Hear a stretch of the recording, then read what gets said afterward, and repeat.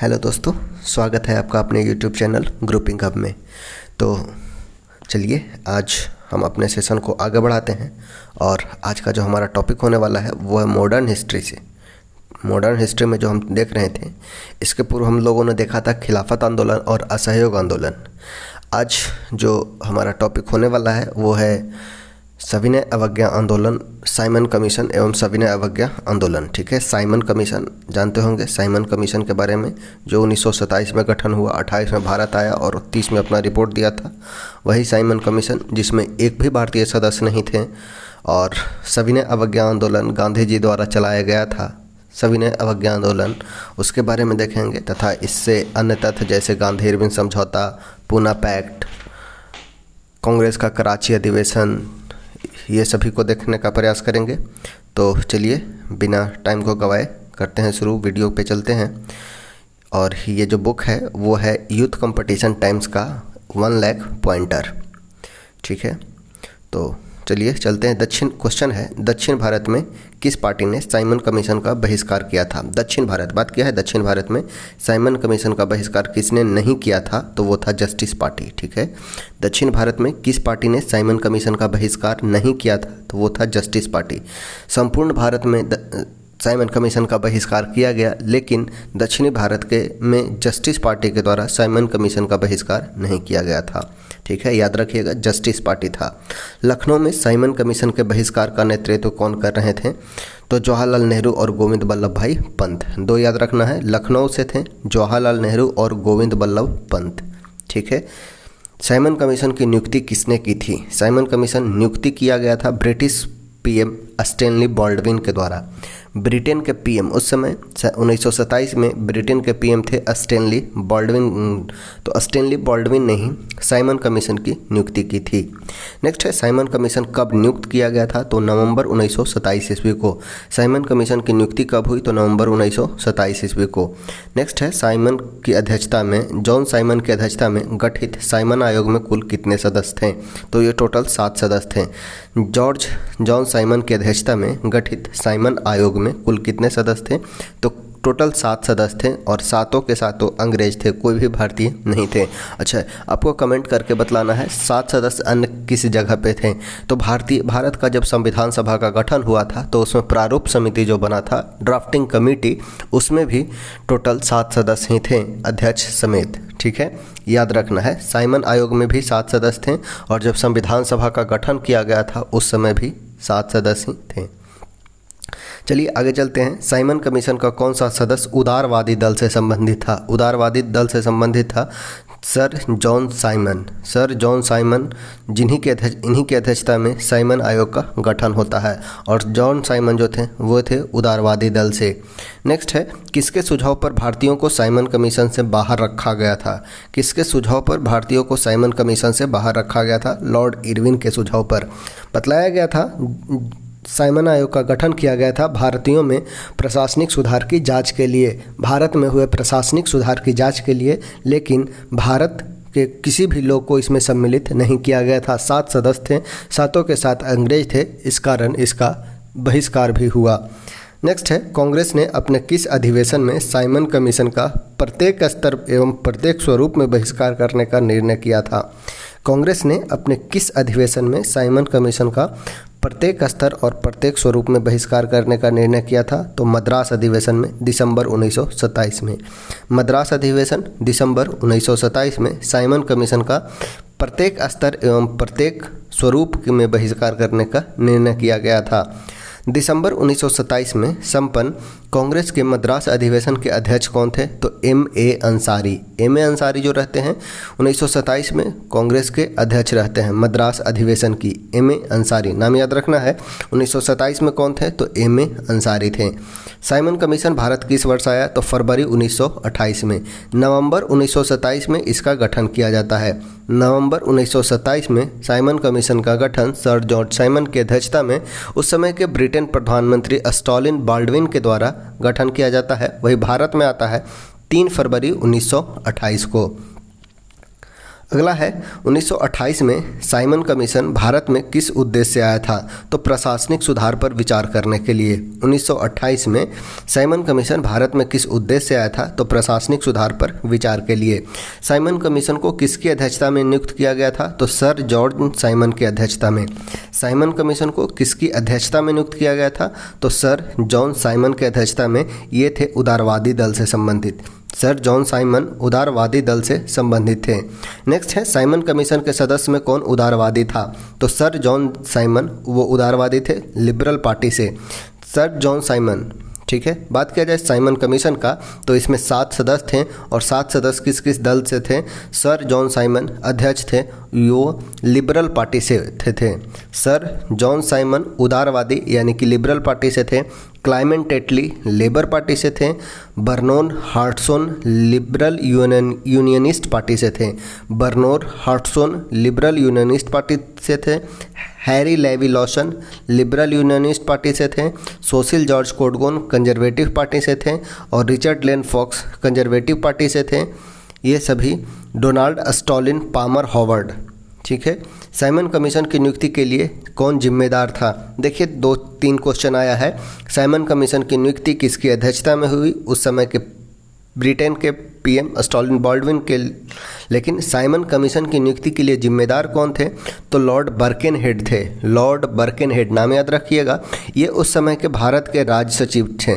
ये उस समय भारत के राज सचिव थे।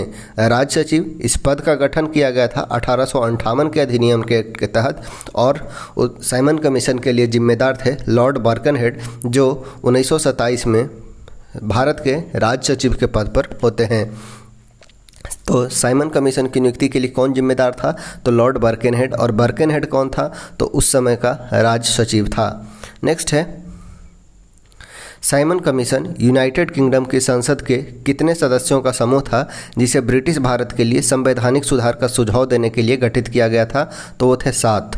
साइमन कमीशन यूनाइटेड किंगडम के संसद के कितने सदस्यों का समूह था? तो 7 सदस्यों का समूह था। भारतीय सांविधिक आयोग 1928 की अध्यक्षता किसने की थी?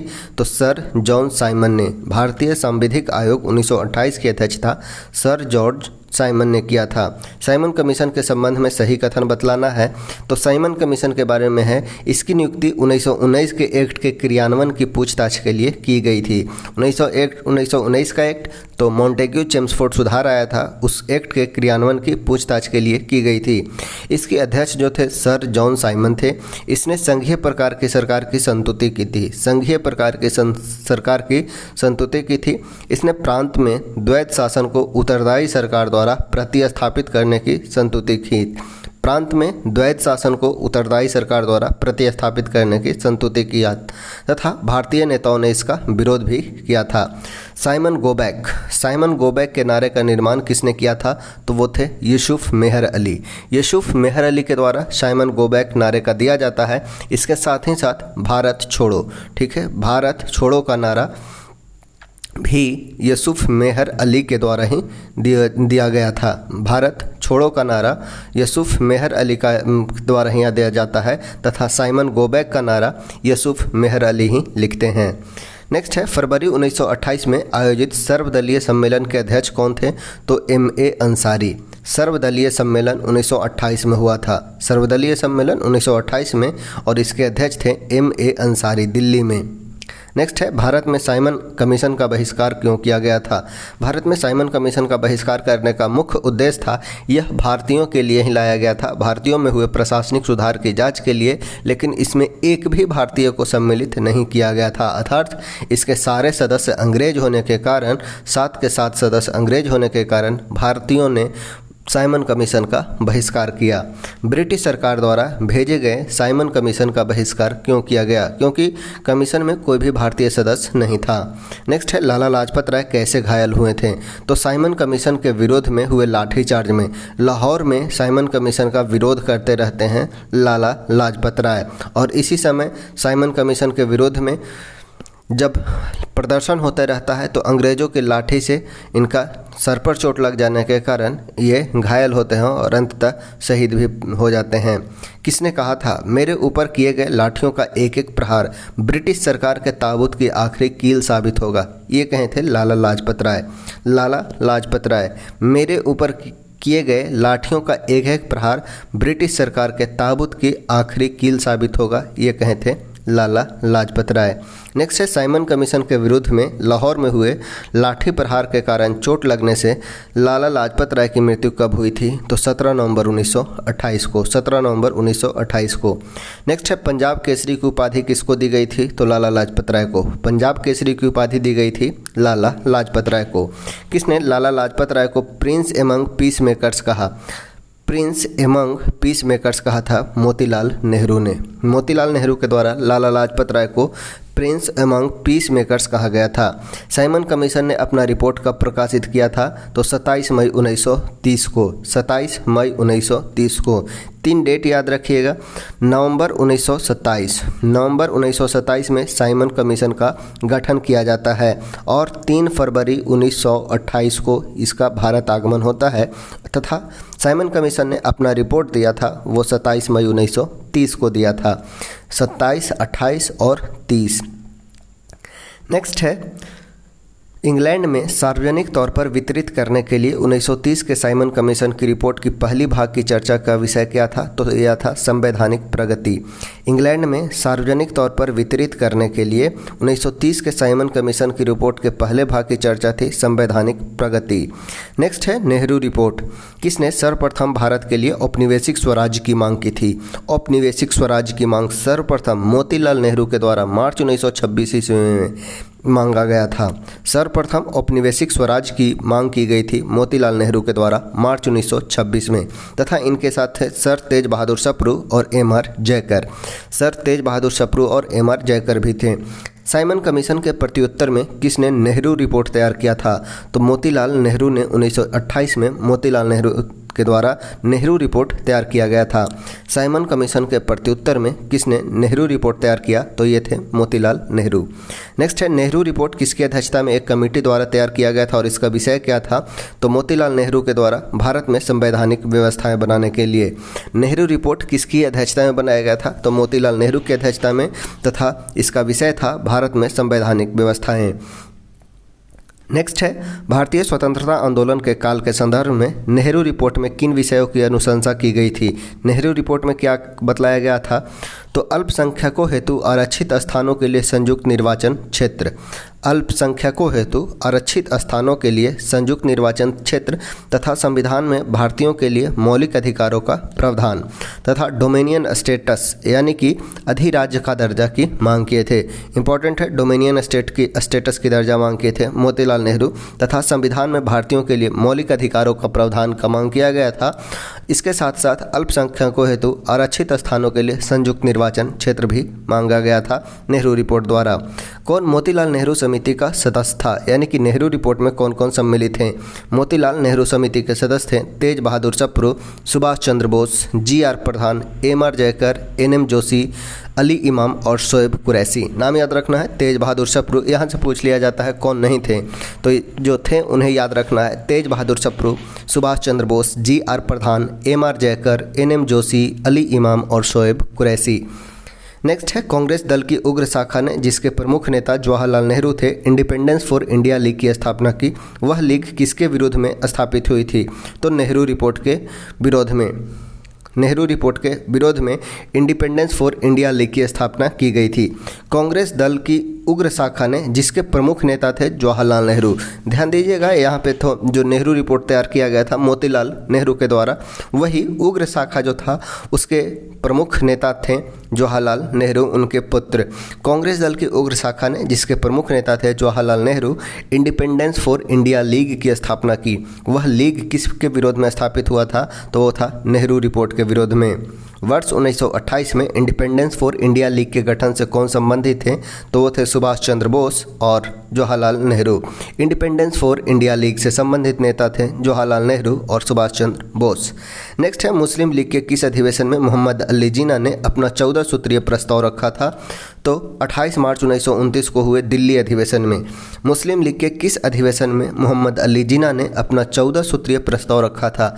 नेहरू रिपोर्ट के प्रत्युत्तर में मोहम्मद अली जिन्ना ने 14 सूत्रीय प्रस्ताव रखा था और वो रखे थे 28 मार्च 1929 को दिल्ली में। 28 मार्च 1929 को दिल्ली में हुए अधिवेशन, मुस्लिम लीग के अधिवेशन में इन्होंने 14 सूत्रीय प्रस्ताव रखा था। नेक्स्ट है लाहौर अधिवेशन 1929 एवं पूर्ण स्वराज। लाहौर अधिवेशन जो एक प्रमुख अधिवेशन में से है जो जवाहरलाल नेहरू द्वारा करवाया जाता है। क्वेश्चन है, भारतीय स्वतंत्रता संग्राम के दौरान किसने प्रस्तावित किया था स्वराज्य को सभी प्रकार के विदेशी नियंत्रण से मुक्त संपूर्ण स्वतंत्रता के रूप में परिभाषित किया जाए? इस समय तक स्वराज की परिभाषा क्या थी? मौलाना हसरत मोहानी के द्वारा वर्ष 1921 में स्वराज। बात किया जाए स्वराज का तो सर्वप्रथम स्वराज वर्ड का जो प्रयोग किया गया था स्वामी दयानंद सरस्वती के द्वारा। वही स्वराज विधेयक जो पारित हुआ था 1927 में, और स्वराज शब्द की मांग सर्वप्रथम 1906 के कांग्रेस के अधिवेशन से किया गया था, जिसके अध्यक्ष थे दादा भाई नौरोजी। बाल गंगाधर तिलक ने भी कहा था स्वराज मेरा जन्मसिद्ध अधिकार है और मैं इसे लेकर रहूंगा 1916 के अधिवेशन में। उसके बाद स्वराज दल का गठन होता है 1923 में। तो इस समय तक स्वराज जो था भारतीय स्वतंत्रता संग्राम के दौरान किसने प्रस्तावित किया कि स्वराज को सभी प्रकार के विदेशी नियंत्रण से मुक्त संपूर्ण स्वतंत्रता के रूप में परिभाषित किया जाए, यानी कि स्वराज की परिभाषा क्या थी वो बतलाएं। स्वराज की परिभाषा हसरत मोहानी के अनुसार मुक्त संपूर्ण स्वतंत्रता, यानी संपूर्ण स्वतंत्रता ही स्वराज है, ये बतलाए थे मौलाना हसरत मोहानी वर्ष 1921 में। नेक्स्ट है 1921 के अहमदाबाद अधिवेशन में किसने संपूर्ण स्वराज को कांग्रेस का लक्ष्य मानने का प्रस्ताव रखा था? तो ये थे हसरत मोहानी के द्वारा 1921 में अहमदाबाद अधिवेशन में संपूर्ण स्वराज को कांग्रेस का लक्ष्य मानने का प्रस्ताव रखा था हसरत मोहानी ने। नेक्स्ट है 31 अक्टूबर 1929 को प्रसिद्ध इरविन घोषणा में क्या सम्मिलित था? तो भारत के लिए एक अधिराज्य का दर्जा, यानी कि डोमिनियन स्टेट का स्टेटस का दर्जा, डोमिनियन स्टेट्स। 31 अक्टूबर 1929 को इरविन घोषणा में क्या सम्मिलित था? तो भारत के लिए एक अधिराज्य का दर्जा। नेक्स्ट है पूर्ण स्वराज संकल्प को भारतीय राष्ट्रीय कांग्रेस के लाहौर अधिवेशन में किसने प्रस्तुत किया था? तो वो थे जवाहरलाल नेहरू। पूर्ण स्वराज यानी कि पूर्ण रूप से स्वराज संकल्प को भारतीय राष्ट्रीय कांग्रेस के लाहौर अधिवेशन में किसने प्रस्तुत किया था? तो वो थे जवाहरलाल नेहरू। नेक्स्ट है किसने भारतीय राष्ट्रीय कांग्रेस के इस अधिवेशन की अध्यक्षता की थी जिसमें पूर्ण स्वराज का प्रस्ताव पारित हुआ था? तो वो थे 1929 में जवाहरलाल नेहरू के द्वारा लाहौर अधिवेशन। भारतीय राष्ट्रीय कांग्रेस के इस अधिवेशन की अध्यक्षता की थी जिसमें पूर्ण स्वराज का प्रस्ताव पारित हुआ था, वो थे जवाहरलाल नेहरू। 1929 में लाहौर अधिवेशन। कांग्रेस के 1929 के लाहौर अधिवेशन में कांग्रेस का लक्ष्य पूर्ण स्वराज किसके द्वारा घोषित किया गया था? तो ये थे जवाहरलाल नेहरू के द्वारा। पूर्ण स्वराज का लक्ष्य घोषित किया गया जवाहरलाल नेहरू के द्वारा, JL नेहरू। नेक्स्ट है कांग्रेस ने कब पहली बार भारत की स्वतंत्रता का प्रस्ताव पारित किया था? तो 1929 में। कांग्रेस ने कब पहली बार भारत की स्वतंत्रता का प्रस्ताव पारित किया था? 1929 में।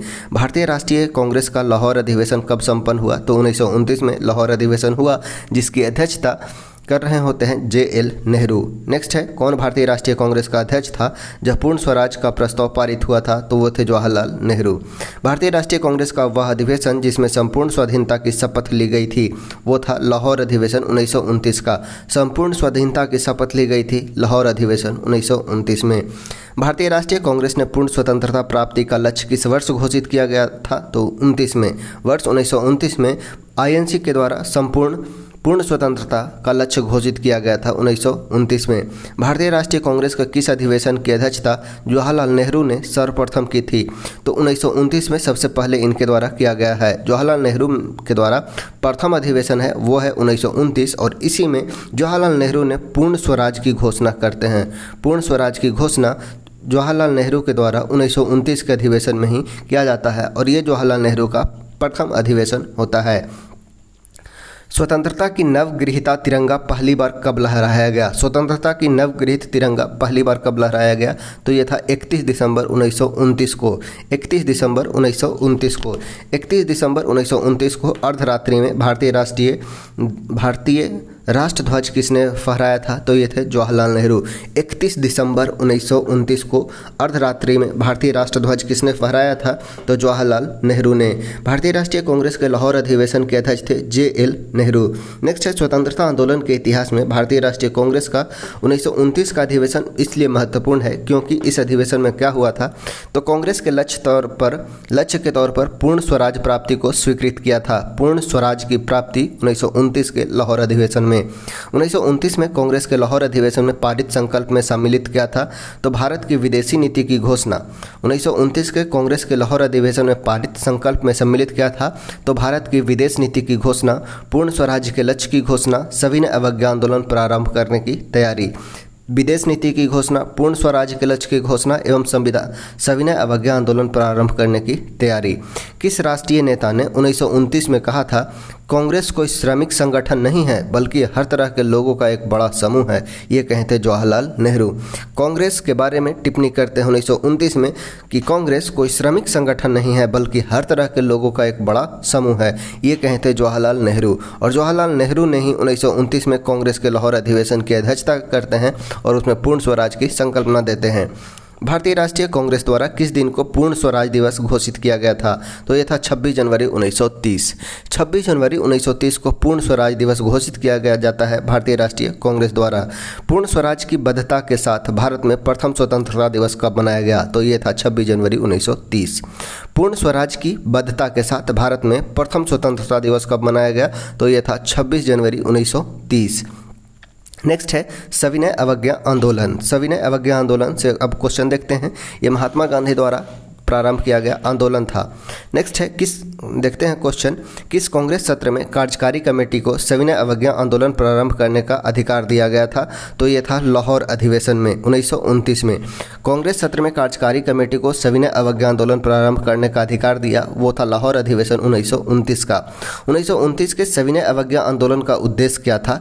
तो ब्रिटिश सरकार के आदेशों का पूर्ण अवज्ञा, यानी कि अवज्ञा यानी कि ना मानना, ठीक है। तो ब्रिटिश सरकार के आदेशों का पूर्ण रूप से नहीं मानना सविनय अवज्ञा आंदोलन का मुख्य उद्देश्य था।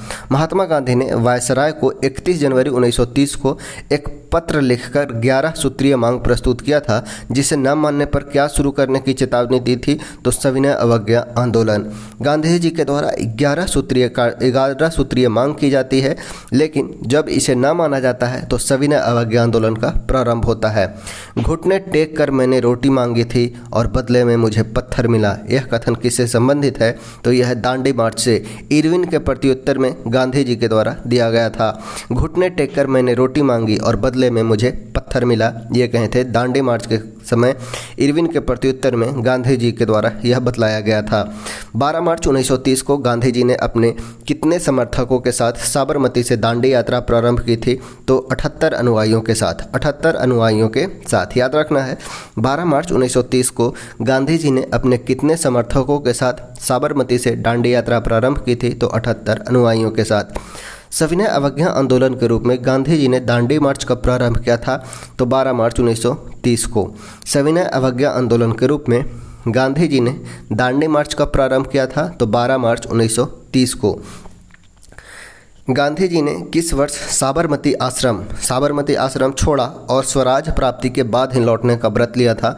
तो 12 मार्च 1930 को। बात किया गया है गांधी जी का और यह है साबरमती आश्रम। तो साबरमती आश्रम अहमदाबाद में 1916 में गांधी जी के द्वारा स्थापित किया गया आश्रम था और 1916 में स्थापित आश्रम 12 मार्च 1930 को कहते हैं ये स्वराज प्राप्ति के बाद ही लौटने का व्रत लेते हैं। स्वराज प्राप्ति के बाद ही लौटेंगे, ये कहे थे 12 मार्च 1930 को। साबरमती आश्रम में कब लौटना है? तो स्वराज प्राप्ति के बाद ही लौटना है। हालांकि गांधी जी के द्वारा जब असहयोग आंदोलन चलाया गया था तो उसमें भी उनका प्रमुख नारा था 1 वर्ष में स्वराज की प्राप्ति, और पुनः गांधी जी आते हैं और बोलते हैं स्वराज की प्राप्ति के बाद ही हम लौटेंगे। ये था साबरमती आश्रम में, ये बोले थे 12 मार्च 1930 को। नेक्स्ट है 1930 में महात्मा गांधी ने सविनय अवज्ञा आंदोलन कहाँ से प्रारंभ किया, तो ये थे दांडी से। 1930 में महात्मा गांधी सविनय अवज्ञा आंदोलन कहाँ से प्रारंभ किया था, तो दांडी से। दांडी यात्रा के समय कौन सा आंदोलन प्रारंभ हुआ, तो ये था सविनय अवज्ञा आंदोलन। दांडी यात्रा के समय प्रारंभ हुआ आंदोलन था सविनय अवज्ञा आंदोलन। गांधी जी ने दांडी यात्रा कहाँ से प्रारंभ किया था, तो साबरमती आश्रम अहमदाबाद से। अहमदाबाद से प्रारंभ करते हैं और बोलते हैं आज के बाद जब मैं स्वराज की प्राप्त कर लूँगा तभी साबरमती आश्रम में आऊँगा। दांडी मार्च क्यों शुरू किया गया था, तो नमक कानून तोड़ने के लिए। दांडी मार्च प्रारंभ किया गया था नमक कानून तोड़ने के लिए। सविनय अवज्ञा आंदोलन शुरुआत हुआ दांडी मार्च के बाद। सविनय अवज्ञा आंदोलन कब शुरुआत होता है, तो दांडी मार्च के बाद। दांडी यात्रा कितने दिनों तक चली थी, तो 24 दिनों तक, 12 मार्च से 6 अप्रैल तक। 12 मार्च से 6 अप्रैल तक अर्थात 24 दिन तक चला था दांडी मार्च। दांडी कहाँ स्थित है, तो यह है नौसारी जिला, गुजरात के नौसारी जिला में। दांडी कहाँ स्थित है, तो नौसारी जिला, गुजरात में। नेक्स्ट है किस प्रांत के सत्याग्रहियों की संख्या महात्मा गांधी के दांडी कूच में सर्वाधिक थी, तो टोटल 78 सदस्य थे, जिसमें गुजरात के 31 सदस्य थे। गुजरात से 31 थे, महाराष्ट्र से 13 थे, उत्तर प्रदेश से 8 थे। किस प्रांत के सत्याग्रहियों की संख्या महात्मा गांधी के दांडी कूच में सर्वाधिक थी, तो गुजरात में। गुजरात से 31 था, महाराष्ट्र से 13 और उत्तर प्रदेश से 8।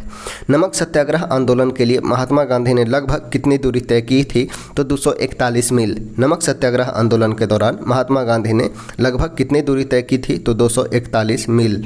नेक्स्ट है महात्मा गांधी ने दांडी यात्रा किस आदर्श वाक्य के साथ आरंभ किया था, अंत तक लड़ो। महात्मा गांधी दांडी यात्रा किस आदर्श वाक्य के साथ प्रारंभ किया था, तो अंत तक लड़ो। आदर्श वाक्य था अंत तक लड़ो। नेक्स्ट है सविनय अवज्ञा आंदोलन के प्रमुख कार्यक्रम नमक कानून का उल्लंघन कर स्वयं नमक बनाना था। नमक कानून का उल्लंघन करना था और स्वयं नमक बनाना था। सरकारी सेवाओं, शिक्षा केंद्रों एवं उपाधियों का बहिष्कार करना था। महिलाओं द्वारा शराब, अफीम एवं विदेशी कपड़ों की दुकानों पर शांतिपूर्ण धरना प्रदर्शन करना था। महिलाओं द्वारा शराब, अफीम एवं विदेशी कपड़ों की दुकानों पर शांतिपूर्ण धरना देना था। समस्त विदेशी वस्तुओं का बहिष्कार करना था। कर अदायगी पर रोक लगाना था तथा ब्रिटिश सरकार के आदेश की संपूर्ण अवज्ञा करना था। ये सभी सविनय अवज्ञा आंदोलन के प्रमुख कार्यक्रम थे। नेक्स्ट देखते हैं किस आंदोलन में महिलाओं की भागीदारी सर्वाधिक मानी जाती है, तो वो था नमक सत्याग्रह। किस आंदोलन में महिलाओं की भागीदारी सर्वाधिक थी, तो वो था नमक सत्याग्रह। किसने गांधी जी के नमक आंदोलन में भाग लिया था, कौन कौन महिलाएं थे जो नमक आंदोलन में भाग लिए थे, तो वो थे सरोजनी नायडू, राजकुमारी अमृता कौर, कमला देवी चट्टोपाध्याय। 3 इंपॉर्टेंट नाम है, सरोजनी नायडू, राजकुमारी अमृता कौर और कमला देवी चट्टोपाध्याय। नेक्स्ट है दांडी। महात्मा गांधी के नेतृत्व में दांडी नामक मार्च का गंतव्य किस राज्य में स्थित है, तो यह है गुजरात के नौसारी जिला। दांडी, महात्मा गांधी के नेतृत्व में दांडी नामक मार्च का गंतव्य किस राज्य में स्थित है, तो यह है गुजरात में। गुजरात के नौसारी जिला में स्थित है दांडी। नेक्स्ट है शक्ति के विरुद्ध अधिकार की इस लड़ाई में मैं विश्व की सहानुभूति चाहता हूँ। ये कथन कहते हैं गांधी जी की दांडी यात्रा से संबंधित है। शक्ति के विरुद्ध इस लड़ाई में मैं विश्व की सहानुभूति चाहता हूँ, ये कहे थे गांधी जी दांडी यात्रा के दौरान 5 अप्रैल 1930 को। भारतीय इतिहास में 6 अप्रैल 1930 की तिथि मानी जाती है सविनय अवज्ञा आंदोलन प्रारंभ की। सविनय अवज्ञा आंदोलन प्रारंभ की इस दिन 6 अप्रैल 1930 को दांडी पहुंचकर गांधी जी ने सविनय अवज्ञा आंदोलन प्रारंभ किया था। गांधी जी ने दांडी समुद्र तट पर नमक कानून का उल्लंघन किस तिथि को किया था, तो वो था 6 अप्रैल 1930। गांधी जी के द्वारा दांडी समुद्र तट पर नमक कानून का उल्लंघन किया जाता है 6 अप्रैल 1930 को। नमक सत्याग्रह के समय गांधी जी के गिरफ्तार हो जाने के बाद आंदोलन के नेता के रूप में उनका स्थान किसने लिया, तो वो थे अब्बास तैयब जी। अब्बास तैयब जी। नमक सत्याग्रह के समय गांधी जी को जब गिरफ्तार हो कर लिया गया था तो आंदोलन के नेता के रूप में उनका स्थान लिए थे अब्बास तैयब जी। नाम याद रखना है, अब्बास तैयब जी। ब्रिटिश नमक एकाधिपत्य के चौहरे अभिशापों को महात्मा गांधी ने किस रूप में उल्लेखित किया। ब्रिटिश नमक एकाधिपत्य के चौहरे अभिशापों को महात्मा गांधी ने किस रूप में उल्लेखित किया। यह एक सरल, मूल्यवान ग्रामीण उद्योग से लोगों को वंचित करती थी। यह एक सरल, मूल्यवान ग्रामीण उद्योग से लोगों को वंचित करती थी। प्राकृतिक ने जो संपदा बहुतायत में दी है उसका अनियंत्रित विनाश हो रहा था। इसे खुद नष्ट करने का अर्थ है अधिक राष्ट्रीय व्यय। भूखे लोगों से 1000% से भी अधिक वसूल करना ऐसा कभी नहीं सुना गया था। गांधी जी की दांडी यात्रा नेपोलियन की एल्बा से पेरिस की। ठीक है,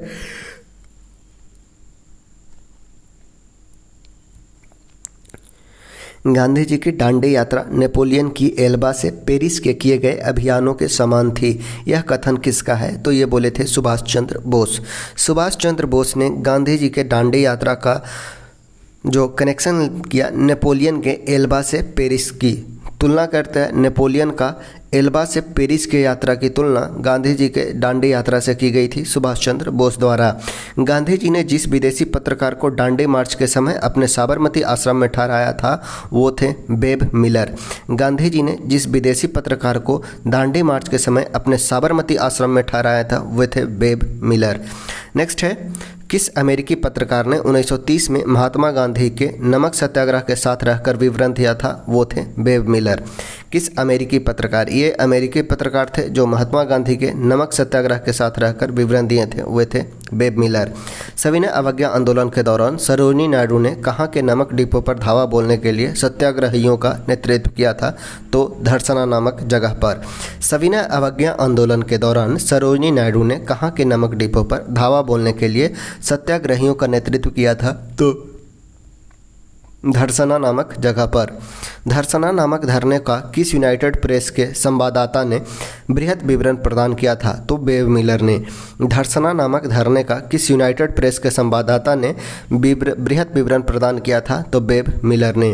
किस अमेरिकी पत्रकार ने लिखा है धरसना जैसी भयानक दृश्य मैंने कभी जीवन में नहीं देखा था? वह है बेब मिलर। अमेरिकी पत्रकार जो लिखते हैं धरसना जैसी भयानक दृश्य मैंने अपने जीवन में कभी नहीं देखा, ये लिखे हैं बेब मिलर। नेक्स्ट है, महात्मा गांधी धरसना नामक गोदाम पर कांग्रेस कार्यकर्ता के धावे के समय कहाँ थे? जब महात्मा गांधी धरसना नामक गोदाम पर कांग्रेस कार्यकर्ताओं के धावा हुआ उस समय गांधी जी थे यरवदा जेल में। आचार्य विनोबा भावे किस आंदोलन में भाग लेने के लिए प्रथम बार गिरफ्तार हुए थे? तो वो था सविनय अवज्ञा आंदोलन। आचार्य विनोबा भावे किस आंदोलन में भाग लेने के लिए प्रथम बार गिरफ्तार हुए थे? तो सविनय अवज्ञा आंदोलन में। किसे नमक कानून तोड़ने पर सजा दी गई थी? तो मदन मोहन मालवीय को, देवदास गांधी और के.एम. मुंशी को। नमक कानून तोड़ने पर सजा दी गई थी मदन मोहन मालवीय, देवदास गांधी और के.एम. मुंशी को। किसने अप्रैल 1930 में नमक कानून तोड़ने के लिए तंजौर तट पर अभियान संगठित किया था? तो सी राजगोपालाचारी ने। नमक कानून तोड़ने के लिए तंजौर के तट पर अभियान संगठित किया था सी राजगोपालाचारी ने। उड़ीसा में सविनय अवज्ञा आंदोलन किसके नेतृत्व में प्रारंभ हुआ था? हरिहर दास के नेतृत्व में। उड़ीसा में सविनय अवज्ञा आंदोलन किसके नेतृत्व में प्रारंभ हुआ था? तो हरिहर दास के नेतृत्व में। उत्तराखंड से दांडी मार्च में किसने हिस्सा लिया था? उत्तराखंड से दांडी मार्च में किसने हिस्सा लिया था? तो ज्योतिराम कांडपाल तथा खड़क बहादुर सिंह। उत्तराखंड से दो नाम याद रखना है, ज्योतिराम कांडपाल और खड़क बहादुर सिंह का। तमिलनाडु में नमक सत्याग्रह आंदोलन का नेतृत्व किसके द्वारा किया गया था? तो सी राजगोपालाचारी के द्वारा। तमिलनाडु में नमक सत्याग्रह का नेतृत्व कर रहे थे सी राजगोपालाचारी। सविनय अवज्ञा आंदोलन से कौन संबंध है? तो ये हैं सी राजगोपालाचारी, अब्बास तैयब जी और सरोजनी नायडू। मालाबार में कालीकट से पैयानूर तक की नमक यात्रा किसने की थी? तो के कलप्पन ने। मालाबार में कालीकट से पैयानूर तक की नमक यात्रा की थी के कलप्पन ने। किस राज्य के विभिन्न जिलों में नमक सत्याग्रहियों का मुख्यालय के रूप में कार्य करने के उद्देश्य से शिविरम यानी कि शिविर की स्थापना की गई थी? तो ये था आंध्र प्रदेश में। आंध्र प्रदेश में नमक सत्याग्रहियों का मुख्यालय के रूप में शिविर की स्थापना की गई थी। उड़ीसा में किस गांधीवादी नेता ने नमक सत्याग्रह का नेतृत्व किया था? उड़ीसा में थे गोपाल बंधु चौधरी। उड़ीसा में कौन थे? तो उड़ीसा में थे गोपाल बंधु चौधरी। वही मालाबार में थे के कलप्पन और तमिलनाडु में थे सी राजगोपालाचारी। उड़ीसा में थे हरिहर दास। तो अलग अलग क्षेत्रों में थे अलग अलग। उड़ीसा में किस गांधीवादी नेता ने नमक सत्याग्रह का नेतृत्व किया? तो वे थे गोपाल बंधु चौधरी। बादशाह खान एवं सीमांत गांधी के नाम से कौन प्रसिद्ध हैं? तो ये थे खान अब्दुल गफ्फार खान। बादशाह खान या सीमांत गांधी के नाम से प्रसिद्ध हैं खान अब्दुल गफ्फार खान। नेक्स्ट है खुदाई खिदमतगार संगठन की स्थापना किसने की थी? तो खान अब्दुल गफ्फार ने। खुदाई खिदमतगार संगठन की स्थापना खान अब्दुल गफ्फार खान के द्वारा। सीमांत गांधी यानी कि खान अब्दुल गफ्फार खान ने पठानों की पार्टी बनाई थी। उस पार्टी का नाम क्या था? तो वो था खुदाई खिदमतगार 1929 में। खुदाई खिदमतगार की स्थापना खान अब्दुल गफ्फार खान के द्वारा की गई थी 1929 में। नेक्स्ट है लाल कुर्ती दल क्यों संगठित किया गया था? तो अंग्रेजों को भारत से बाहर निकालने के लिए लाल कुर्ती संगठन गठित किया गया था। लाल कुर्ती दल ये गठित किया गया था खुदाई खिदमतगार के नाम से और संस्थापक थे खान अब्दुल गफ्फार खान। अंग्रेजों के विरुद्ध खान अब्दुल गफ्फार खान द्वारा प्रारंभ किए गए आंदोलन का नाम था लाल कुर्ती यानी कि रेड शर्ट। नेक्स्ट है अंग्रेजों के विरुद्ध खान अब्दुल गफ्फार खान द्वारा प्रारंभ किए गए आंदोलन का नाम था लाल कुर्ती। लाल कुर्ती आंदोलन के नेता थे खान अब्दुल गफ्फार खान। लाल कुर्ती आंदोलन के नेता हो जाएंगे खान अब्दुल गफ्फार खान। फ्रंटियर गांधी का असली नाम था फ्रंटियर गांधी। खान अब्दुल गफ्फार खान को फ्रंटियर गांधी के नाम से भी जाना जाता था। फ़क्र ए अफ़गान, फ़क्र ए अफ़गान की उपाधि दी थी खान अब्दुल गफ्फार खान को दिया गया था। फ़क्र ए अफ़गान की उपाधि दी गई थी खान अब्दुल गफ्फार खान को। खुदाई खिदमतगारों को आम लोग किस नाम से बुलाते थे? तो लाल कुर्ती वाले के नाम से। खुदाई खिदमतगारों को आम लोग किस नाम से बुलाते थे? तो लाल कुर्ती वाले लोग। नेक्स्ट है भारतीय संविधान संघर्ष के दौरान रेड शर्ट्स के नाम से पहचाने जाने वाले खुदाई खिदमतगारों ने किसका आह्वान किया था? तो पठान क्षेत्रीय राष्ट्रवादी एकता और उपनिवेशवाद के विरुद्ध संघर्ष का। भारतीय स्वाधीनता संघर्ष के दौरान रेड शर्ट्स यानी कि लाल कुर्ती के नाम से पहचाने जाने वाले खुदाई खिदमतगारों ने किसका आह्वान किया था? पठान क्षेत्रीय राष्ट्रवादी एकता और उपनिवेशवाद के विरुद्ध संघर्ष का। नेक्स्ट है गढ़वाल रेजिमेंट के सैनिकों ने प्रदर्शनकारियों पर गोली चलाने से कब इनकार किया था? गढ़वाल रेजिमेंट के सैनिकों ने प्रदर्शनकारियों पर गोली चलाने से कब इनकार किया था? तो सविनय अवज्ञा आंदोलन के समय। सविनय अवज्ञा आंदोलन के समय। वर्ष 1930 में अंग्रेज सरकार के विरुद्ध प्रसिद्ध पेशावर कांड का नायक कौन था? तो वीर चंद्र सिंह गढ़वाली। सन 1930 में अंग्रेज सरकार के विरुद्ध प्रसिद्ध पेशावर कांड का नायक था वीर चंद्र सिंह गढ़वाली। जिया तरंग आंदोलन प्रारंभ हुआ था मणिपुर में सविनय अवज्ञा आंदोलन के दौरान ही। जिया तरंग आंदोलन से संबंधित नेता थे वे थे सर रानी गॉर्डनेल ल्यू। जिया तरंग आंदोलन प्रारंभ हुआ मणिपुर में सविनय अवज्ञा आंदोलन के दौरान। रानी गॉर्डनेल ल्यू उत्तर पूर्वी से एक स्वतंत्रता सेनानी थी। किस राज्य से संबंधित थी? तो वो थी मणिपुर से। नागालैंड के किस रानी ने गांधी जी के आह्वान पर विदेशी शासन के विरुद्ध विद्रोह किया था और उन्हें आजीवन कारावास की सजा दी गई थी? तो वो थे रानी गॉर्डनेल ल्यू। रानी गॉर्डनेल ल्यू को आजीवन कारावास दिया गया था। इन्होंने गांधी जी के कहने पर सविनय अवज्ञा आंदोलन में कूद पड़े थे। बेगूसराय के चौकीदारी टैक्स के विरुद्ध विद्रोह किसका हिस्सा था? तो ये था सविनय अवज्ञा आंदोलन का। बेगूसराय के चौकीदारी टैक्स के विरुद्ध विद्रोह किसका हिस्सा था? तो ये था सविनय अवज्ञा आंदोलन का। नेक्स्ट है प्रभावती देवी किस क्षेत्र की स्वतंत्रता संग्राम सेनानी थी? तो ये थे पटना की। प्रभावती देवी किस क्षेत्र की स्वतंत्रता संग्राम सेनानी थी? तो ये थी पटना की।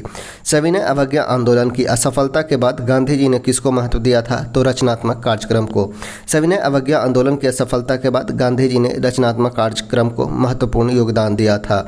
गांधी जी ने अंततः सविनय अवज्ञा आंदोलन कब स्थगित किया? तो 1934 में पूर्ण रूप से स्थगित किया जाता है। 1934 में भारतीय पूंजीपतियों द्वारा किस राष्ट्रीय आंदोलन को समर्थन किया गया था? तो वो था सविनय अवज्ञा आंदोलन। भारतीय पूंजीपतियों द्वारा किस राष्ट्रीय आंदोलन का समर्थन किया गया था? तो वो था सविनय अवज्ञा आंदोलन। नेक्स्ट जो हमारा टॉपिक है वो है गांधी और इरविन समझौता। गांधी इरविन समझौता।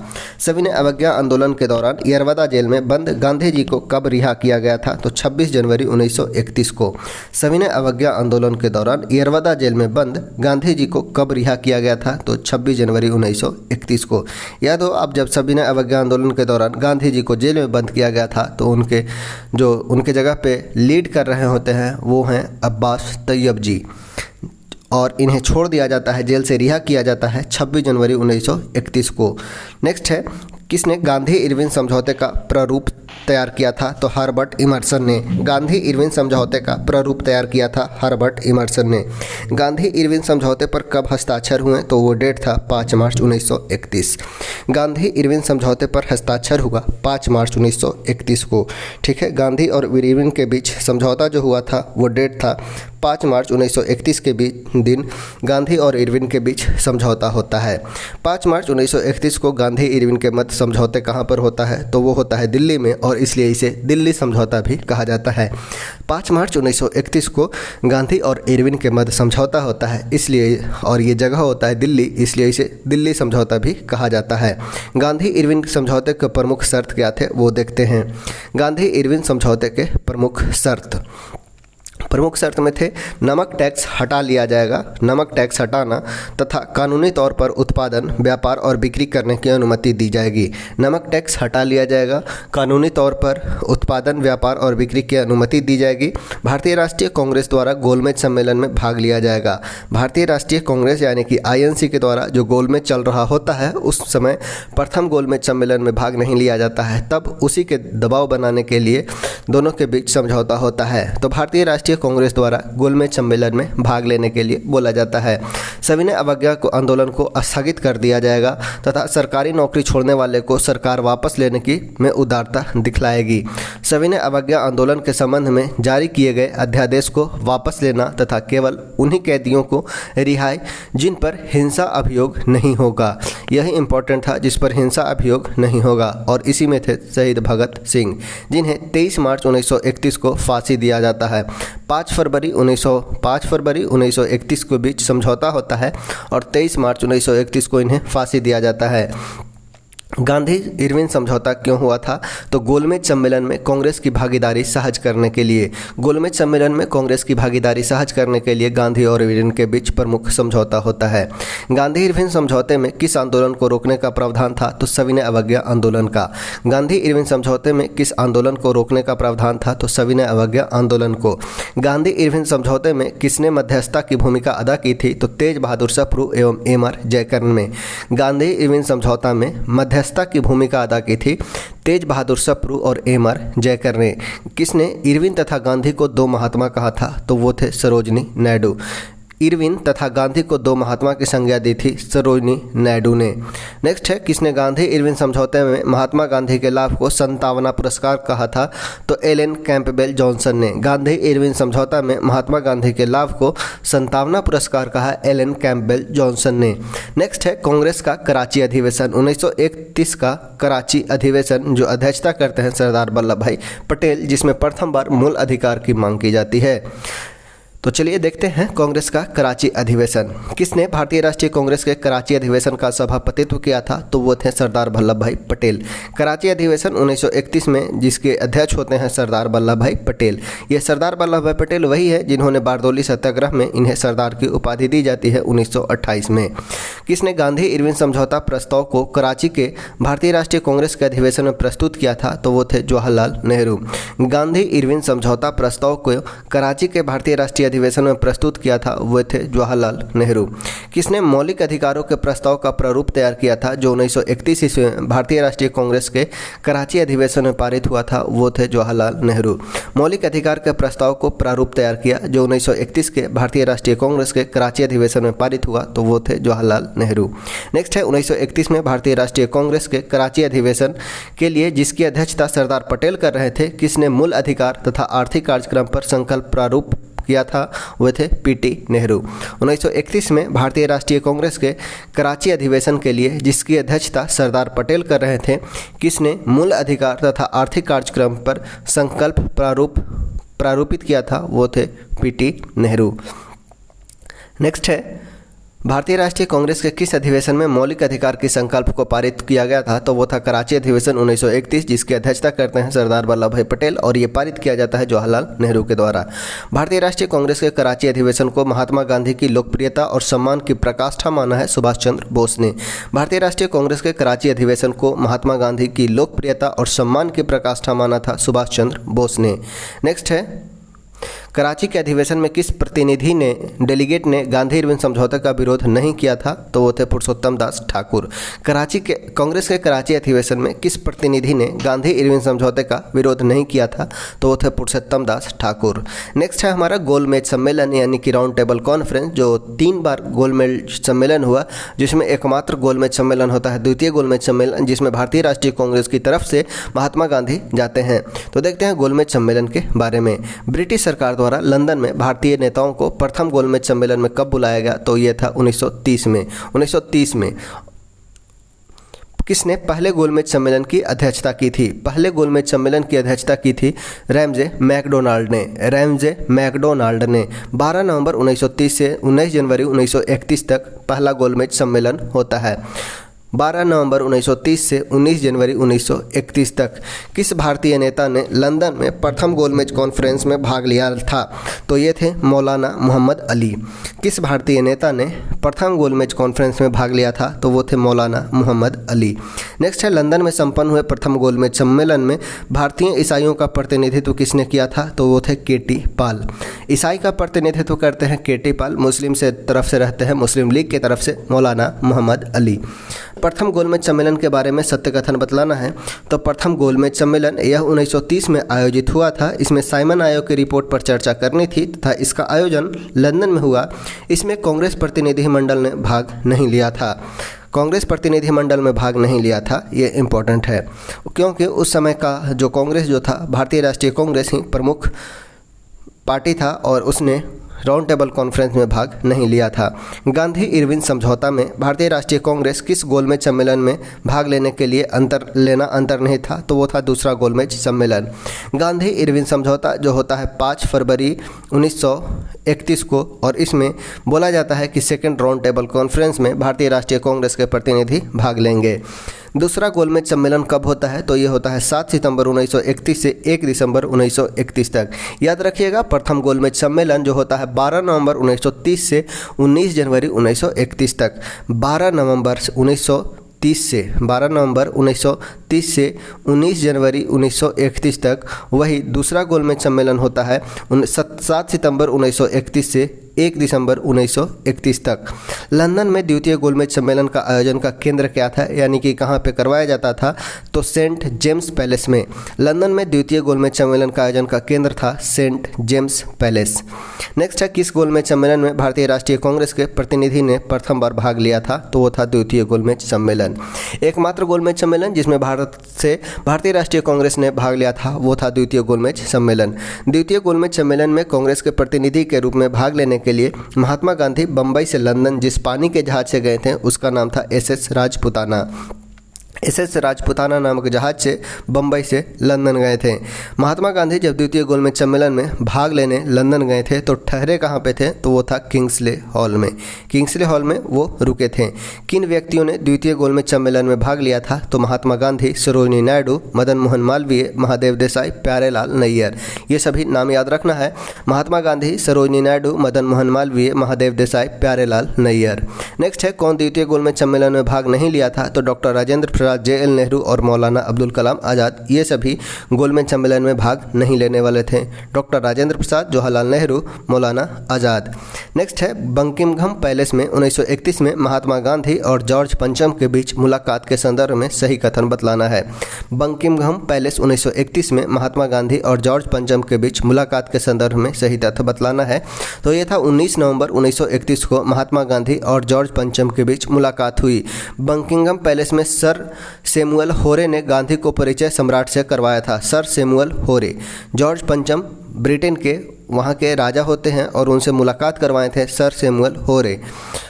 सम्राट ने उनसे पूछा, गांधी महोदय, आपने मेरे पुत्र की भारत यात्रा का बहिष्कार क्यों किया? महोदय, गांधी महोदय, आपने मेरे पुत्र की भारत यात्रा का बहिष्कार क्यों किया? गांधी ने उत्तर दिया, मैंने उनका बहिष्कार आपके पुत्र के रूप में नहीं किया बल्कि ब्रिटिश ताज के प्रतिनिधि के रूप में किया। इस प्रकार गांधी जी उत्तर देते हैं। महात्मा गांधी दिसंबर 1931 में खाली हाथ कहाँ से भारत लौटे थे? तो वो था लंदन से। लंदन से आते हैं किसने कहा था गांधी क्षणिक भूत की भांति धूल उड़ाते हैं लेकिन अस्तर नहीं? ये कहे थे डॉक्टर बी.आर. अम्बेडकर 14 अगस्त 1931 को बम्बई में। महात्मा गांधी क्षणिक भूत की भांति धूल उड़ाते हैं लेकिन अस्तर नहीं, ये कहे थे डॉक्टर बी.आर. अम्बेडकर 14 अगस्त 1931 को। द्वितीय गोलमेज सम्मेलन किस प्रश्न पर असफल रहा? तो ये था सांप्रदायिक प्रतिनिधित्व पर। द्वितीय गोलमेज सम्मेलन असफल रहा था सांप्रदायिक प्रतिनिधित्व पर। नेक्स्ट है, द्वितीय गोलमेज सम्मेलन से वापस लौटने के बाद गांधी जी ने पुनः सविनय अवज्ञा कब प्रारंभ किया? तो 3 जनवरी 1932 को। 5 फरवरी 1931 को गांधी और इरविन के बीच समझौता होता है। इसमें सविनय अवज्ञा आंदोलन स्थगित करने की बात की जाती है और ये 5 फरवरी 1931 से 3 जनवरी 1932 तक स्थगित ही रहता है। पुनः 3 जनवरी 1932 को ये प्रारंभ किया जाता है। द्वितीय गोलमेज सम्मेलन से वापस लौटने के बाद गांधी जी ने पुनः सविनय अवज्ञा आंदोलन प्रारंभ किया था 3 जनवरी 1932 को। तीसरा गोलमेज सम्मेलन किस वर्ष आयोजित किया? तो तीसरा गोलमेज सम्मेलन हुआ 1932 में, 17 नवंबर 1932 से 24 दिसंबर 1932 तक। 17 नवंबर 1932 से 24 दिसंबर 1932 तक। बात किया जाए प्रथम गोलमेज सम्मेलन का तो यह हुआ 12 नवंबर 1930 से 19 जनवरी 1931। वही दूसरा गोलमेज सम्मेलन 7 सितंबर 1931 से 1 दिसंबर 1931 और तीसरा गोलमेज सम्मेलन हुआ 17 नवंबर 1932 से 24 दिसंबर 1932 तक। 17 नवंबर से 24 दिसंबर 1932 तक। उर्दू कवि जो द्वितीय और तृतीय गोलमेज सम्मेलन दोनों के प्रतिनिधि थे वे थे मोहम्मद इकबाल। उर्दू कवि जो द्वितीय और तृतीय गोलमेज सम्मेलन दोनों के प्रतिनिधि थे वे थे मोहम्मद इकबाल। उस भारतीय का नाम क्या था जिसने तीनों गोलमेज सम्मेलन में भाग लिया था? तो वो थे डॉक्टर बी.आर. अम्बेडकर। जिसने तीनों गोलमेज सम्मेलन में भाग लेने वाले थे बी.आर. अम्बेडकर। भारतीय राष्ट्रीय कांग्रेस ने किस गोलमेज सम्मेलन में भाग नहीं लिया? तो प्रथम और तृतीय, फर्स्ट और थर्ड में भाग नहीं लिया था। वही सेकंड में बात किया जाए तो भारतीय राष्ट्रीय कांग्रेस का प्रतिनिधित्व किए थे महात्मा गांधी। 1930 से 32 की अवधि में भारत और ब्रिटेन के राजनेताओं के लंदन में हुई बैठक को प्रायः प्रथम, द्वितीय और तृतीय गोलमेज सम्मेलन के रूप में उल्लेखित किया जाता है। उनका उसी रूप में उल्लेख गलत होगा क्योंकि ये तीनों अलग अलग सम्मेलन नहीं थे, अपितु यह एक ही सम्मेलन की अवस्था थी जो 3 स्तर में संपन्न हुई थी। गोलमेज सम्मेलन को हम 3 गोलमेज सम्मेलन के रूप में जानते हैं। हालांकि ये 3 गोलमेज सम्मेलन नहीं था, यह एक ही सम्मेलन था जो 3 स्तरों में संपन्न हुआ था। नेक्स्ट है, गोलमेज एवं पूना पैक्ट के संदर्भ में सही कथन बतलाना है। गोलमेज एवं पूना पैक्ट के संदर्भ में सही कथन। प्रथम गोलमेज सम्मेलन में डॉक्टर अंबेडकर ने दलित वर्ग के लिए अलग निर्वाचक मंडल को रखा था। प्रथम गोलमेज सम्मेलन में डॉक्टर अंबेडकर ने दलित वर्ग के लिए अलग निर्वाचक मंडल को रखा था। पूना पैक्ट में स्थानीय निकाय तथा सिविल सेवाओं में दलित वर्गों के प्रतिनिधित्व के लिए विशेष उपबंध रखे गए थे तथा तृतीय गोलमेज सम्मेलन में भारतीय राष्ट्रीय कांग्रेस ने भाग नहीं लिया था। नेक्स्ट है सांप्रदायिक पंचाट और पुना पैक्ट। सांप्रदायिक पंचाट। सांप्रदायिक अधिनिर्णय किसने घोषित किया था? वो थे रैमजे मैकडोनाल्ड। सांप्रदायिक अधिनिर्णय घोषित किया था रैमजे मैकडोनाल्ड ने। सांप्रदायिक पंचाट का जनक कहा जाता है रैमजे मैकडोनाल्ड को। सांप्रदायिक पंचाट का जनक रैमजे मैकडोनाल्ड को। कम्युनल अवार्ड की घोषणा के समय इंग्लैंड के पीएम कौन थे? तो रैमजे मैकडोनाल्ड। कम्युनल अवार्ड की घोषणा के समय इंग्लैंड के पीएम थे रैमजे मैकडोनाल्ड। नेक्स्ट है, रैमजे मैकडोनाल्ड द्वारा 1932 ईस्वी में कम्युनल अवार्ड की घोषणा में किसे पृथक निर्वाचन का अधिकार दिया? दलित वर्गों को।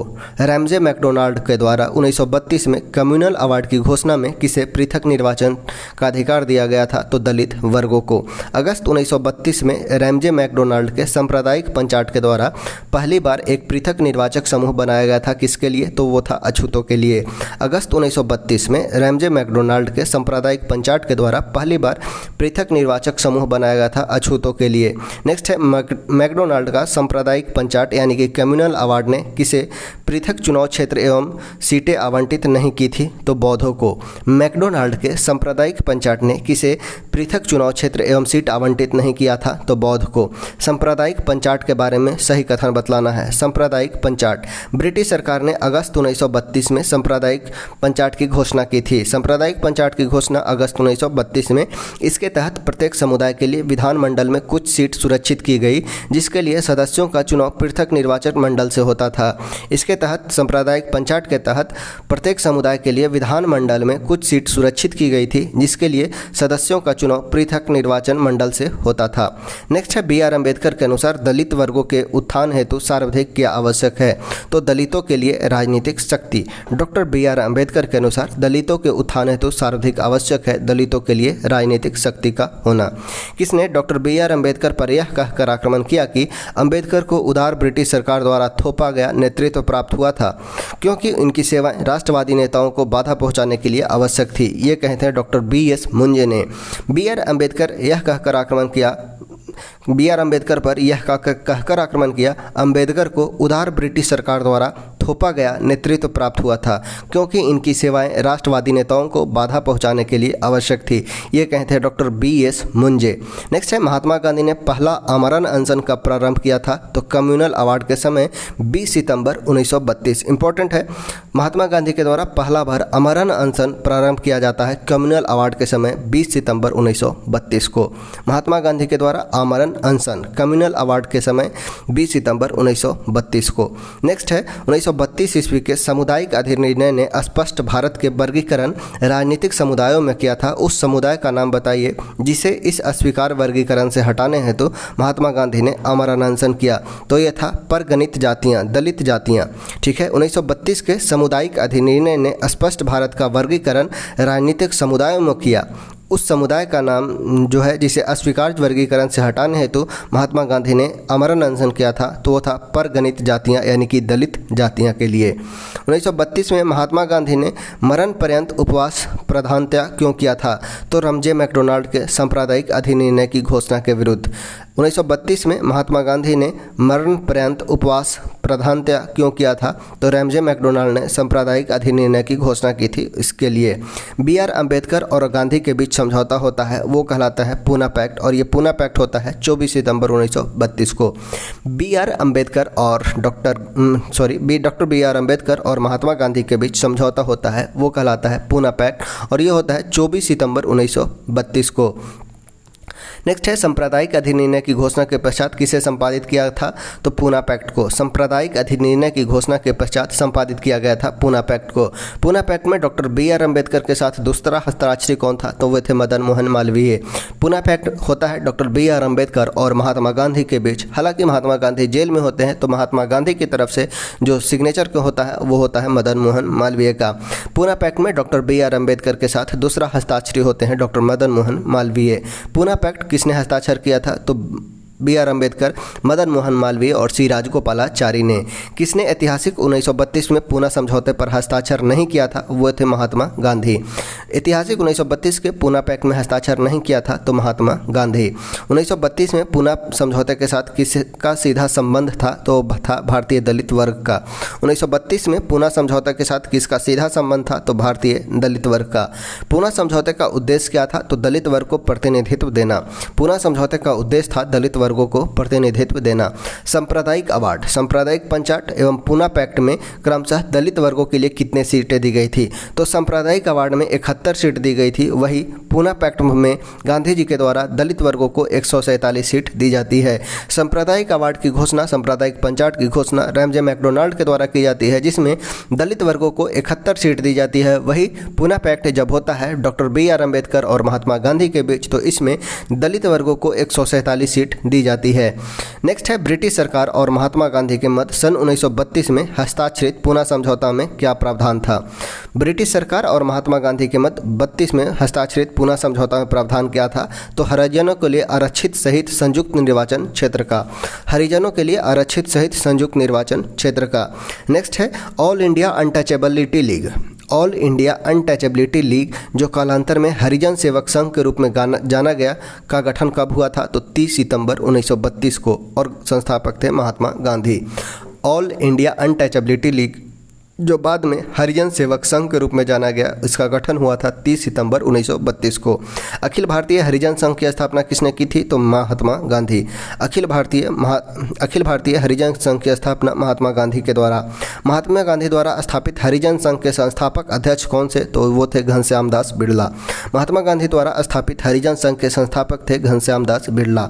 ऑल इंडिया अनटचेबिलिटी लीग बाद में जिसका नाम बदलकर हरिजन सेवक संघ हुआ, इसका प्रथम अध्यक्ष थे Ghanshyam Ghanshyam Das Birla. All India Untouchability League, जो बाद में जिसका नाम बदलकर हरिजन सेवक संघ हुआ, इसके प्रथम अध्यक्ष थे घनश्याम दास बिड़ला। नेक्स्ट है गांधी जी ने नवंबर 1933 में, गांधी जी के द्वारा नवंबर 1933 में हरिजन यात्रा कहाँ से प्रारंभ की गई थी, तो ये था वर्धा से। बाद में वर्धा में ही एक आश्रम स्थापित किया जाता है 1936 में, वर्धा आश्रम। गांधी जी ने 7 नवंबर 1933 को हरिजन यात्रा कहाँ से प्रारंभ किया था, तो वो किए थे वर्धा से। दलित वर्गों को हरिजन नाम किसने दिया था, तो वे थे गांधी जी। दलित वर्गों को दलित के जगह पे हरिजन यानी कि हरि यानी कि भगवान का जन नाम दिए थे गांधी जी के द्वारा। कौन सा समाचार पत्र 1932 में हरिजन बंधु में परिवर्तित हो गया, तो वो था नवजीवन। हरिजन बंधु में परिवर्तित हो गया था नवजीवन। नेक्स्ट है पूना पैक्ट। गांधी जी पृथक निर्वाचक के विरोध में अमरण अनशन पर चले गए थे पूना पैक्ट में, और गांधी और अंबेडकर के मध्य समझौता होता है जिसे पूना पैक्ट कहा जाता है। पूना पैक्ट क्या था, तो गांधी जी जब अमरण अनशन पर चले जाते हैं पृथक निर्वाचन क्षेत्र के विरोध में, तो गांधी और डॉक्टर BR अम्बेडकर के बीच समझौता होता है, और उस समय गांधी होते हैं यरवदा जेल में, और यरवदा जो है वो पूना में है, और पूना में होता है इसलिए इसे पूना पैक्ट कहा जाता है। नेक्स्ट है पूना पैक्ट के अनुसार दलित वर्गों के लिए अलग निर्वाचन की औपचारिक संरचना को समाप्त कर दिया गया। पूना पैक्ट के अनुसार दलित वर्ग के लिए अलग निर्वाचन की औपचारिक संरचना को समाप्त कर दिया गया तथा प्रांतीय विधानमंडल में दलित वर्गों के लिए आरक्षण सीटों की संख्या 71 से बढ़ाकर 147 कर दी गई। सांप्रदायिक पंचायत में घोषणा किया गया था 71 सीट का, वही पूना पैक्ट में 147 कर दिया गया। नेक्स्ट है केंद्रीय विधानमंडल में कुल सीटों का 18% दलित वर्गों के लिए आरक्षित किए जाने का प्रावधान किया गया था। मदन मोहन मालवीय और MC राजा ने इसकी विफलता में महत्वपूर्ण भूमिका निभाई थी। पूना पैक्ट ने कम्युनल अवार्ड के उद्देश्यों को धराशायी कर दिया था। ठीक है, आगे देखते हैं प्रमुख दलित संगठन और उनके संस्थापक। दलित संगठन और उनके संस्थापक। All India depressed class association. All India depressed class association के संस्थापक थे हैदर MC राजा। हैदर MC राजा थे all India depressed class association की, और इसका स्थापना हुआ था 1926 में। नेक्स्ट है ऑल इंडिया अनटचेबिलिटी लीग यानी कि हरिजन सेवक संघ। हरिजन सेवक संघ के संस्थापक हैं महात्मा गांधी 1932 में। All India Untouchability league Harijan Sevak Sangh के संस्थापक हैं महात्मा गांधी 1932 में। दलित वर्गों का संघ यानी कि डिप्रेस्ड क्लास लीग के संस्थापक है जगजीवन राम 1935 में। दलित वर्गों के संघ का संस्थापक है जगजीवन राम 1932 में। All India schedule caste federation. All India schedule caste federation के संस्थापक हैं BR अम्बेडकर 1942 में। नेक्स्ट है प्रमुख राजनीतिक घटना और उनकी तिथियां। डेट याद रखना है। दांडी मार्च जो प्रारंभ किया गया 12 मार्च 1930 को। सविनय अवज्ञा आंदोलन प्रारंभ किया गया 6 अप्रैल 1930 को। दांडी मार्च 12 मार्च 1930 को, वही सविनय अवज्ञा आंदोलन प्रारंभ किया जाता है 6 अप्रैल 1930 को। प्रथम गोलमेज सम्मेलन का बात किया जाए तो प्रथम गोलमेज सम्मेलन प्रारंभ होता है 12 नवंबर 1930 को। प्रथम गोलमेज सम्मेलन 12 नवंबर 1930 से प्रारंभ होकर 19 जनवरी 1931 तक चलता है प्रथम गोलमेज सम्मेलन। नेक्स्ट है गांधी इरविन समझौता। गांधी और लॉर्ड इरविन के बीच समझौता होता है 5 मार्च 1931 को। 5 मार्च 1931 को गांधी इरविन के बीच समझौता होता है। भगत सिंह, राजगुरु और सुखदेव को फांसी दिया जाता है 23 मार्च 1931 को। भगत सिंह, राजगुरु और सुखदेव को फांसी होता है 23 मार्च 1931 को। कांग्रेस का कराची अधिवेशन होता है 26 से 31 मार्च 1931 को। कांग्रेस का कराची अधिवेशन 26 से 31 मार्च 1931 को। द्वितीय गोलमेज सम्मेलन जो प्रारंभ होता है 7 सितंबर 1931 को और चलता है 1 दिसंबर 1931 तक। 7 सितंबर से 1 दिसंबर 1931 तक होता है द्वितीय गोलमेज सम्मेलन। नेक्स्ट है सांप्रदायिक पंचायत यानी कम्युनल अवार्ड की घोषणा होती है 16 अगस्त 1932 को। सांप्रदायिक पंचायत की घोषणा रैमजे मैकडोनाल्ड के द्वारा 16 अगस्त 1932 को। गांधी जी का पहला अमरण अनशन पूना पैक्ट सांप्रदायिक पंचायत की घोषणा के विरुद्ध की जाती है 20 सितंबर 1932 को। गांधी जी का पहला अमरण अनशन पूना पैक्ट सांप्रदायिक पंचायत के विरुद्ध किया जाता है 20 सितंबर 1932 को। पूना पैक्ट होता है 24 सितंबर 1932 को पूना पैक्ट होता है। तृतीय गोलमेज सम्मेलन होता है 17 नवंबर 1932 से जो चलता है 24 दिसंबर 1932 तक। 17 नवंबर 1932 से 24 दिसंबर 1932 तक ये होता है तृतीय गोलमेज सम्मेलन। इस प्रकार से आज हम लोगों ने देखा सविनय अवज्ञा आंदोलन, लाहौर अधिवेशन कराची का, तथा सविनय अवज्ञा आंदोलन देखें, कराची का लाहौर अधिवेशन, पूना पैक्ट, गोलमेज सम्मेलन और साइमन आयोग, ये सभी को देखें। अगला जो हमारा टॉपिक होने वाला है वो है कांग्रेस सोशलिस्ट पार्टी। तो वीडियो को यहीं पे समाप्त करते हैं। अगर आपको हमारा प्रयास अच्छा लगा हो तो वीडियो को लाइक कीजिएगा, अपने दोस्तों के बीच शेयर कीजिएगा और कोई भी सुझाव देना चाहते हैं तो डिस्क्रिप्शन बॉक्स ओपन है, आप डिस्क्रिप्शन बॉक्स आप कमेंट बॉक्स ओपन है, कमेंट बॉक्स में बतला सकते हैं। और हाँ, अगर आपको इसका PDF प्राप्त करना है तो दिए गए डिस्क्रिप्शन बॉक्स से व्हाट्सएप ग्रुप में जुड़ जाएं और वहाँ पे सभी बुक का PDF प्रोवाइड कर दिया जाता है। Okay, thank you.